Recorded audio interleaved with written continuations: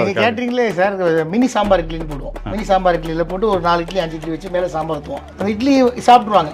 அதுக்கப்புறம் சாம்பார் மட்டும் அந்த அதே கப்பில் சாம்பார் மட்டும் வாங்கி குடிப்பாங்க. ஸோ அது ரொம்ப நமக்கு சந்தோஷமாக இருக்கும். ஸோ நல்லா இருக்கு அந்தளவுக்கு அவங்க வந்து சாம்பார் லைக் பண்ணுறாங்க அப்படிங்கிறனால அதை வாங்கி சாப்பிடுவாங்க. இட்லி வேண்டாங்க 2000 சாம்பார் மட்டும் ஊற்றுங்க அப்படிங்குவாங்க. அதுதான் நான் சாப்பிட்டு பார்த்ததுலே சூப்பராக இருந்தது.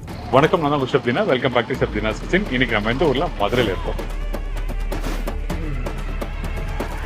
நம்ம மதுரை சொல்லும் போது நிறைய சைவ சாப்பாடும் அசைவ சாப்பாடும் பார்த்துட்டு வரோம். பர்டிகுலராக வந்து மதுரை இட்லி வந்து நமக்கு எல்லாருக்கும் ரொம்ப பிடிக்கும். அந்த மதுரை இட்லிக்கு வந்து முக்கியமாக வந்து அந்த சாம்பார் வந்து ரொம்ப முக்கியமான ஒரு விஷயம். டிஃபன் சாம்பார், அதாவது இட்லிக்கு வைக்கிற அந்த சாம்பார் வந்து எப்படி ரெடி பண்ணாலும் நம்ம கிட்ட தெரிஞ்சு போகிறோம். ரொம்ப சிம்பிளான ஒரு மெத்தட் தான். பட் டேஸ்ட் வந்து ஃபஸ்ட் கிளாஸாக இருக்கும், அல்டிமேட்டாக இருக்கும். நீங்கள் சாம்பாரை அப்படியே தனியாக குடிக்கலாம், அந்த மாதிரி இருக்கும் சாம்பார் உங்களுக்கு. நம்ம சாம்பார்லேயே வந்து பார்த்தீங்கன்னா பல வகையான சாம்பார்கள் இருக்குது.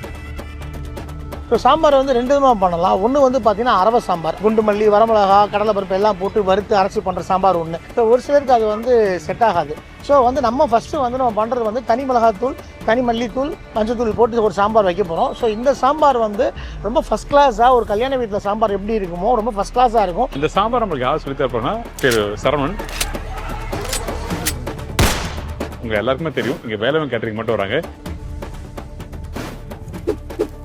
அவங்க அசைவ சாப்பாடுக்கு மட்டும் இல்லை, அவங்க பர்டிகுலராக பார்த்தீங்கன்னா அவங்க வந்து இந்த மாதிரி சைவ சாப்பாடுக்கும் நல்லா பண்ணுவாங்க. எங்கள் சாம்பார் அடிச்சுக்க முடியாது சார். மதுரைக்கான சாம்பார் வந்து ஒரு தனி பக்குவமே இருக்குது. ஸோ எங்களுடைய கேட்ரிங்கில் கல்யாண வீட்டுக்கு நாங்கள் பண்ணுற சாம்பார் வந்து இந்த ஸ்டைல் சாம்பார் தான் நாங்கள் பண்ணுறோம். ரொம்ப ஃபஸ்ட் கிளாஸாக இருக்கும். ரொம்ப ஒரு 4 காய் தான், சின்ன வெங்காயம், முருங்கைக்காய், கேரட், பீன்ஸு, இதை வச்சு ஒரு ஃபஸ்ட் கிளாஸான ஒரு சாம்பார் நம்ம ரெடி பண்ண போகிறோம்.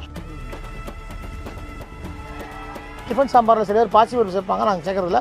ஒன்லி துவரம் பருப்பு மட்டும்தான் இது. ஸோ அதை நல்லா வேக்காட்டு கொடுத்து ஃபஸ்ட் கிளாஸாக நம்ம பண்ணுறோம். அந்த இட்லியோட அந்த சாம்பார் தொட்டு சாப்பிட மாட்டாங்க, பிசைஞ்சு தான் சாப்பிடுவாங்க அப்படி சொல்லி சொல்கிறாரு. உங்கள் வீட்டில் நீங்கள் செஞ்சு பார்த்தீங்கன்னா கண்டிப்பாக இந்த மெத்தட் தான் நீங்கள் எப்பயுமே ஃபாலோ பண்ணுவீங்க, விட மாட்டீங்க. சரி வாங்க, அவரை போய் மீட் பண்ணி இந்த டிஃபன் சாம்பாரில் என்னென்ன பண்ணுறாங்க, அது எப்படி பருப்பு வேக வைக்கிறாங்க, அந்த காய்கறி எப்போ சேர்க்குறாங்க, அந்த வெங்காயம் குக் பண்ணுற பக்கம் என்ன, தக்காளி எப்போ போடுறாங்க, இல்லை மல்லித்தூள் எப்போ போடுறாங்க, இந்த மாதிரி சின்ன சின்ன விஷயங்கள் அழகாக கேட்டு போகிறோம். வாங்க போகலாம்.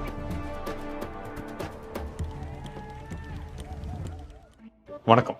வணக்கம் சார், எப்படி இருக்கீங்க? நல்லா இருக்கேன் சார், ஃபைன். நீங்கள் எப்படி இருக்கீங்க? ரொம்ப நல்லா இருக்கேன், ரொம்ப சந்தோஷம். திருப்பி நம்ம அடிக்கடி மீட் பண்ணுறேன், சந்தோஷம். ரெசிபி ஷேர் பண்ணிட்டு வரோம். Thank you sir, thank you. இந்த வாட்டி நான் அடாவடி தினமும் உங்கள்ட்ட கேட்டிருக்கேன். எப்பவுமே சைவ சாப்பாடு நிறைய பார்த்துட்டு வரோம், சாரி அசைவ சாப்பாடு நிறைய பார்த்துட்டு வரோம். இந்த வாட்டி எனக்கு சைவ சாப்பாடு வேணும். பர்டிகுலராக வந்து மதுரை ஸ்டைலில் பண்ணி டிஃபன் சாம்பாரை பற்றி பேசணும்னு சொன்னேன். ஏன் இந்த டிஃபன் சாம்பார் பற்றி சொன்னாலும், லாஸ்ட் டைம் வந்து இவங்க அடிச்சு பிடிச்சி ஒரு கேட்டரிங் பண்ணியிருந்தாங்க. நம்ம அந்த டைமில் சைடில் ஷூட் பண்ணியிருந்தோம். அப்போது 2 இட்லியும் அந்த டிஃபன் சாம்பார் சாப்பிட்டேன், பிரமாதமாக இருந்தது. ஏன் நம்ம இது வரைக்கும் பண்ணவே இல்லை அப்படின்னு சொல்லி கேட்கும்போது சரி பண்ணலாம்னு சொல்லிட்டு ஆரம்பித்தோம். ரியலி வெரி குட்டான recipe. Thank you sir, thank you sir. இப்போ எனக்கு தேவையான பொருட்கள் சொல்கிறீங்களா? இப்போ தேவையான பார்த்துக்கலாம் சார். நம்ம ஒரு படி சாம்பார் அப்படிங்கிறது 1.5 கிலோ துவரம் பருப்பு. 50லேருந்து 60 பேர் வந்து அந்த டிஃபன் சாம்பார் சாப்பிடலாம். சின்ன வெங்காயம் வந்து ஒரு 1/2 கிலோ. அதே போல் கேரட்டு, பீன்ஸு, முருங்கைக்காய் 3மே வந்து 1/4 கிலோ போட்டிருக்கோம். தக்காளி வந்து 1 கிலோ நம்ம எடுத்திருக்கோம். மஞ்சத்தூள் வந்து ஒரு 2 டீஸ்பூன் அந்த அளவுக்கு போதுமானது. மிளகாத்தூள் வந்து ஒரு படிக்கு வந்து 50 கிராம்லேருந்து 60 கிராம். மல்லித்தூள் வந்து பார்த்தீங்கன்னா ஒரு படிக்கு வந்து ஒரு 80-90 கிராம் வரைக்கும் போடுவோம். சின்ன ஒரு குட்டி மண்டை வெல்லம் போட்டுக்கலாம். நம்ம வெந்தயம் எடுத்துக்கிட்டீங்கன்னா 1 டீஸ்பூன், கடுகு உளுந்து எடுத்துக்கிட்டீங்கன்னா வந்து ஒரு கையளவு, தாளிப்புக்கான கருவேப்பிலை அது ஒரு கையளவு, அதே போல் மல்லி நம்ம போடுறது அது ஒரு கையளவு, பச்சை மிளகா சும்மா ஒரு 6லேருந்து 7 பச்சை மிளகா, வரமிளகா எடுத்துக்கிட்டிங்கன்னா அது ஒரு 4லேருந்து 5, 200 ml நெய் இருந்தால் போதுமானது. பெருங்காயத்தூள் பார்த்தீங்கன்னா ஒரு 50 கிராம், கல்லுப்பு வந்து தேவையான அளவு. தூளுப்பு நாங்கள் போட மாட்டோம், நார்மலாக கல்லுப்பு தான் யூஸ் பண்ணுவோம். 1/4 லிட்டர் இருந்தால் போதும் நல்லெண்ணெய். இப்போ இந்த ரெசிபி தேவையான பொருட்கள் சொல்லிட்டீங்க, ஆரம்பிச்சலாமா? ஆரம்பிச்சலாம் சார், ஸ்டார்ட் பண்ணிடலாம். அடுப்பு ஆரம்பிக்கலாம். இப்போ அடுப்பு ஊற்றியாச்சு, நல்லெண்ணெய் தேவையில்லை. ஃபஸ்ட்டு நல்லெண்ணெய் சார்.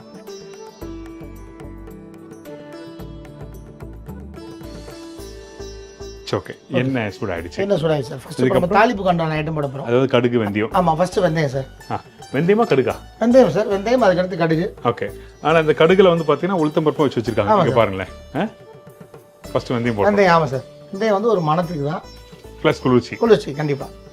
இதோட அந்த கடுகும் உளுத்தம் பருப்பும் போட்டிருக்கோம். வரமிளகா, கருவேப்பிலை. இந்தாங்க ஃபஸ்ட்டு தாளிப்பு ஐட்டம்.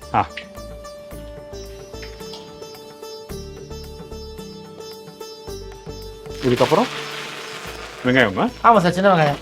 இந்தாங்க தக்காளோட வச்சிருக்கேன், பார்த்து.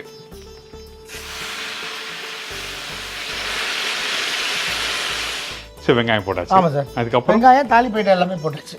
இப்போ வந்து காய்கறி சூடு ஏறனே காய்கறி. சரி, ஓகே. இந்தாங்க இந்த கேரட் பீன்ஸ் முருங்கைக்காய் அவ்வளவுதான். ஆமாம் சார் 3 காய். இந்த மஞ்சள் பூசணிக்காய் போடுவீங்களா? இல்லை சார் அது போட மாட்டோம். சில நேரங்களில் போடுவோம், ரொம்ப பல்க் குவான்டிட்டி அப்படின்னா நம்ம போடலாம். நம்ம தேவையில்லை, ஒரு படி தானே. இப்போ நிறைய ஒரு 1000 பேருக்கு நாங்கள் சமைக்கிறோம் அப்படின்னா நாங்கள் இப்போ ஒரு 20 படி போடுறோம் அப்படின்னா அந்த இடத்துல வந்து ஒரு 10 கிலோ சக்கரை பூசணி சேர்ப்போம் நாங்கள் போடுவீங்க. ஆமாம், இது ஒரு ரூபிக்கெலாம் தேவையில்லை. சரி, அது வந்து ஒரு கணிசத்துக்காண்டி தான். சக்கரை பூசணியாக ஒரு கணிசம் ப்ளஸ் அதில் ஒரு ஸ்வீட்னஸ் இருக்கும். அதுக்கு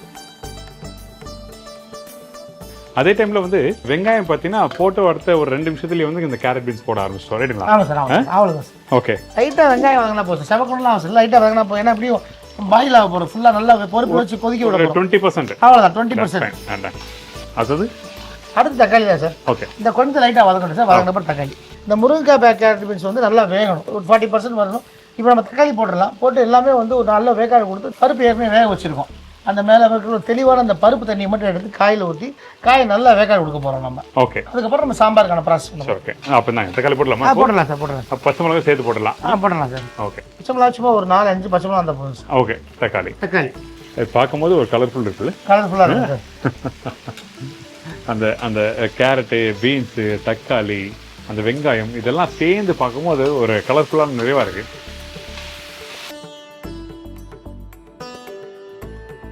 நல்ல முருங்கைக்காய் அப்படி தொட்டவனே அப்படி பிதுங்கிற மாதிரி நல்ல வேக்காடு வந்ததுக்கப்புறம் நம்ம இந்த பருப்பை ஃபுல்லாக அடித்து மற்ற வேலைகளை பார்க்கணும். அப்போ வதக்குங்க, அதுக்கப்புறம் மசாலா போடலாம். Okay sir, okay.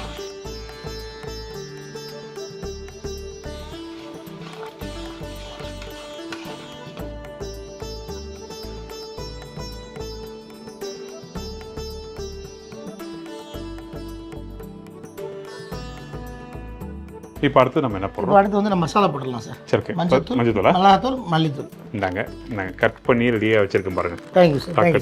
Thanks. Okay, இதுக்கப்புறம் மிளகாத்தூள். மிளகாத்தூளோட மல்லித்தூளும் போடுறோம். ஆமாம் சார். நீங்கள் 2000 பேர் 3000 பேர் இருந்தாலும் ஸ்ட்ரைட்டாகவே இந்த மாதிரி பொடி யூஸ் ஆமாம் சார், பொடி யூஸ் பண்ணி. சக்தி மசாலா. அது சக்தி மசாலா. Okay, fine. ஆனால் நீங்கள் அதிகமாக வந்து மார்னிங் பிரேக்ஃபாஸ்ட்டுக்கு சாம்பார் சொல்லும்போது அரவ சாம்பாரா இல்லை இது மாதிரி இல்லை பொடி சாம்பார் தான் சார். பொடி சாம்பார் தான். அரவ சாம்பாருங்கிற கேட்குறாங்கன்னா பண்ணி கேட்குற ஆப்ஷன் தான். ஏன்னா நம்ம மதுரையில் வந்து அரவ சாம்பார் அவ்வளோவா இருக்காது. சரி, ஓகே. இப்போ விருதுநகர், சென்னை அந்த மாதிரினா அவங்களுக்கு அரவ சாம்பார் இதுவும் சென்னாடு சைடு இந்த மாதிரி. பட் கேட்குறவங்களுக்கு அரவ சாம்பார் நான் பண்ணி கொடுப்போம். அவ்வளோ இதே மெத்தட் தான். இந்த பொடிகள் மட்டும் நான் சொன்ன மாதிரி இந்த குண்டு மல்லி, வரமிளகா, கடலைப்பருப்புலாம் போட்டு அரைச்சி நல்லா மிக்சியில் அரைச்சி அதை வறுத்து நம்ம அப்படியே போட்டுக்கலாம். இந்த பொடிக்கு போது அதை போட்டுருவாங்க. அவ்வளோ. ஓ, பரட்டலாமா? உப்பு போட்டலாமா? அப்படி? ஆமாம் சார், உப்பு போட்டலாம் சார். ஓகே, உப்பு இப்போ வந்து ஒரு 50% நம்ம போட்டுக்கிறோம் இந்த காய் வேக்காட்டுக்கு. அதுக்கப்புறம் திரும்ப நம்ம வந்து பருப்பு எல்லாம் ஊற்றுனதுக்கப்புறம் திரும்ப உப்பு போட்டுக்கலாம். சரி, பரட்டலாம் சார். பரட்டுங்க. அதாவது இந்த சாம்பாரை எப்படி பண்ணுறான்னு சொல்லி கரெக்டாக புரிஞ்சுங்க. அந்த வெங்காயம் வதங்குற பக்கம் அந்த காய்கறி எப்போ போடுறாங்க, அந்த தக்காளி போட்ட உடனே மசாலா போடுறாங்க. ஸோ இந்த மாதிரி சின்ன சின்ன விஷயங்கள் கரெக்டாக புரிஞ்சுட்டு பண்ணும்போது இங்கே என்ன பண்ணுறோமோ அது அப்படியே உங்கள் வீட்டில் வரும். அந்த மெஷர்மெண்ட்டு வெரி வெரி இம்பார்ட்டன்ட். நான் நிறைய இடத்துல சொல்கிற விஷயம்னா அளவுகள் வெரி இம்பார்ட்டன்ட். அப்புறம் செய்முறை பக்கத்து புரிஞ்சுக்குங்க. இப்போ தண்ணி ஊற்றிலாமா? தண்ணி ஊற்றலாம் சார். லைட்டாக பெருங்காய போட்டு மட்டும் போட்டு அப்படியே தண்ணி ஊற்றலாம். சரி, ஓகே. நாங்கள் நல்லா பரட்டியாச்சு மசாலா. என்கிட்ட இருக்குது எல்லா பொருளும் கொடுத்தாச்சா? பெருங்காயம் கடைசியாக போட மாட்டோமா? இல்லை சார், இப்போ 50% போடுறோம் நம்ம. நான் கோயம்புத்தூரில் பண்ணும்போது சாம்பார் சின்ன வெங்காயத்தை லாஸ்ட்டாக தாளிச்சு நெய்யில் தாளிச்சு கொட்டினாங்க. அப்படி போட்டோம். அப்படி ஒரு மெத்தட் இருக்குது சார். அப்படி பண்ணலாம். அப்படி பண்ணலாம். பட் நம்ம ஃபர்ஸ்ட் நம்ம வைக்கிறோம் இன்னும் நல்லா உங்களுக்கு அந்த வெங்காயம் நல்லா இதாகும். நல்ல ஊறவும் நல்லா இருக்கும். அது கொஞ்சம் உங்களுக்கு சரியாக ஒரு அரை வேக்காட்டில் 3/4 வேக்காட்டில் நரிச்சு இருக்கும். இது நல்லா உங்களுக்கு இதாகிடும், ஃபுல்லாக கரைஞ்சிரும். சரி, புரியுது. இப்போ பருப்பு தண்ணி எடுத்து ஊற்றிடலாம் சார். நாங்கள் நார்மல் தண்ணி எடுத்து வச்சிருக்கேன், தேவைப்பட யூஸ் பண்ணிக்கலாம். இல்லை சார், பருப்பு தண்ணி தான். நான் நார்மல் தண்ணி யூஸ் பண்ணுறது இல்லை. அப்படியா? ஆமாம் சார், ஃபுல்லாக பருப்பு தண்ணி தான். அதான் வேக வச்ச பருப்பு தண்ணி மட்டும் தான் யூஸ் பண்ணுறோம், வேறு எதுவும் இல்லை. இப்போ இந்த பருப்பு தண்ணி ஊற்றணும். ஆமாம் சார், ஆமாம் சார். வேக வைக்கும்போது வேறு என்ன போட்டு? அதில் வந்து வெறும் மஞ்சத்தூள் மட்டும் போட்டிருக்கோம் சார். சும்மா ஒரு டீஸ்பூன் அளவுக்கு மஞ்சத்தூள் மட்டும் போட்டிருக்கோம். சரி, ஓகே. இந்த காயெல்லாம் வெந்த பிறகு எனக்கு அந்த பக்குவத்தை காட்டு. கண்டிப்பாக சார், அந்த பருப்பு காட்டு. அதுக்கப்புறம் நான் பருப்பு தண்ணி அடிச்சிடலாம். அண்ணன் பார்த்தீங்கன்னா பாவம், நான் ஏற்கனவே சொல்லியிருக்கேன் வீடியோவில், நிற்க முடியல அவரால். இல்லை, அதெல்லாம் அதில் கொஞ்சம் வெக்க வேறு அதிகம். பயங்கரமான வெயில், பயங்கரமான வெயில். அது நிற்க முடியுமா? இந்த ஹீட் வேறு. ஆமாம் சார். புரியுது. சரி, வேகட்டும், அதுக்கப்புறம் பார்க்கலாம். Thanks sir. ஓகே.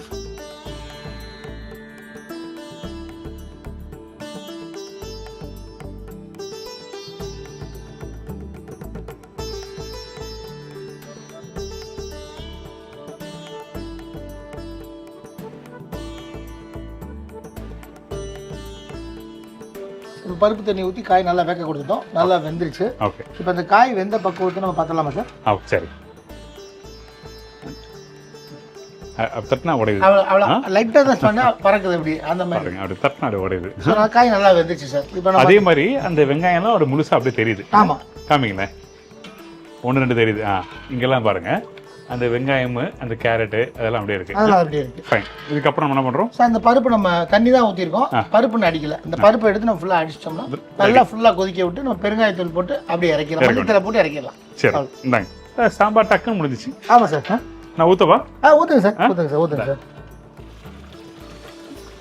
எல்லாத்தையும் ஊற்றிடலாம்ல? ஃபுல்லாக ஊற்றிடலாம் சார், ஃபுல்லாக ஊற்றலாம் சார். அவ்வளோ பருப்பு வந்து நல்லா வேக வச்சிருக்காங்க. அவ்வளோதான் சார். பருப்பு நல்லா எவ்வளோக்குள்ள வெந்து கரையுதோ அதுதான் சார் டேஸ்ட் நமக்கு. ஏன்னா பருப்பு முழுசாக இருந்துச்சுன்னா அந்த தோரம்பருப்போட டேஸ்ட் நமக்கு கிடைக்காது. நல்லா பருப்பு கரையிற மாதிரி இருக்கணும். இன்னொன்று அப்படி வேகாமல் அப்படி முழுசாக இருந்ததுன்னா நல்லா அந்த சாம்பார் வந்து குக் பண்ணி முடிச்ச பிறகு தண்ணி மேலே நிற்கும். அந்த பருப்பு மசாலா பிளெண்ட் ஆகாது, அதோட பிளெண்ட் ஆகாது, ஒன்று சேராது. இதுக்கப்புறம் நம்ம என்ன பண்ணுறோம்? இப்போ அதுக்கப்புறம் வந்து நம்ம பெருங்காயத்தூள் போட்டு, இப்போ உப்பு வந்து லைட்டாக தான் ஃபஸ்ட்டு ஒரு 50% தான் போட்டிருக்கோம். இன்னொரு 50% போட்டு பெருங்காயத்தூள் போட்டு மல்லித்தூள் போட்டு இறக்கிடலாம். ஓகே, ஒரு கொதி வந்து இறக்குறதுக்கு முன்னாடி நெய் ஊற்றி இறக்கிறோம். ஓகே, ஒரு கொதி வந்து பிறகு. ஆமாம் சார், ஒரு கொதி வந்ததுக்கப்புறம். இப்போ நல்லா கொதி ஓட்டும், அதுக்கப்புறம் நம்ம பார்க்கலாம்.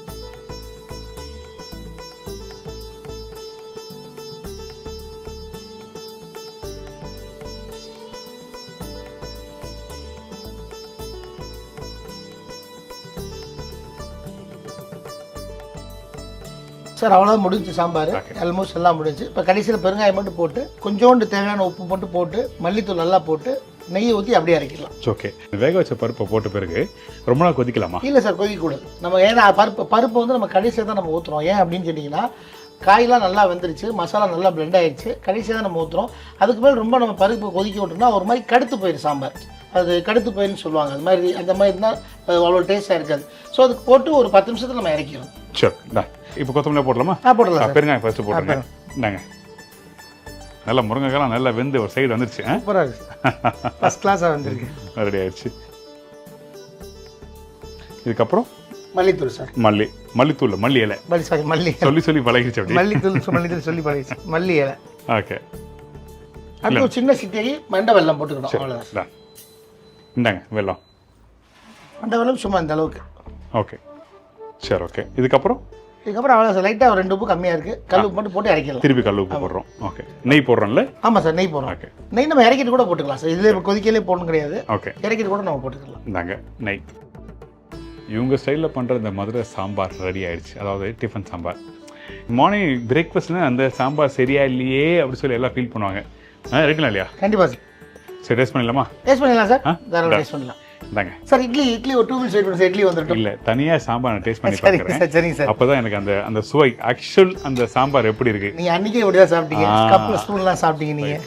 ஏன்னா எனக்கு எப்பவுமே எங்கே போனாலும் அந்த சாம்பார் மட்டும் தனியாக சாப்பிடுவேன். Super, thanks. என்னதான் பொங்கலை சாப்பிட்டாலும் தோசையை சாப்பிட்டாலும் அந்த தனியாக சாப்பிட்டா தான் அந்த சுவை கரெக்டாக இருக்கும். கேட்டரிங்லே சார் மினி சாம்பார் இட்லின்னு போடுவோம். மினி சாம்பார் இட்லியில் போட்டு ஒரு 4 இட்லி 5 இட்லி வச்சு மேலே சாம்பார் ஊற்றுவோம். அந்த இட்லி சாப்பிட்ருவாங்க. அதுக்கப்புறம் சாம்பார் மட்டும் அந்த அதே கப்பில் சாம்பார் மட்டும் வாங்கி குடிப்பாங்க. ஸோ அது ரொம்ப நமக்கு சந்தோஷமாக இருக்கும். ஸோ நல்லா இருக்கு, அந்தளவுக்கு அவங்க வந்து சாம்பார் லைக் பண்ணுறாங்க அப்படிங்கிறனால அதை வாங்கி சாப்பிடுவாங்க. இட்லி வேண்டாங்க 2 சாம்பார் மட்டும் ஊற்றுங்க அப்படின்வாங்க. அதுதான் அந்த டேஸ்ட் கடுமையாயிட்டோன்னா திருப்பி கேட்க ஆரம்பிச்சிருவாங்க. ரெடிங்களா இல்லையா? கண்டிப்பாக சார், கண்டிப்பாக சார். நீங்களும் அதே மாதிரி கேட்கறதுனால எனக்கு அந்த ஞாபகம் வந்துச்சு. சாப்பிட்றதுமே சொல்லிடுறேன். இந்த சாம்பார் சொல்லும்போது பட்டியலில் பார்த்தீங்கன்னா தனித்தனியாக வரக்கூடாது. அந்த பருப்பு மசாலா தனித்தனியாக இந்த மாதிரி எல்லாம் ஒன்றோட ஒன்று சேர்ந்துக்கணும். அதான் மாஸ்டர்.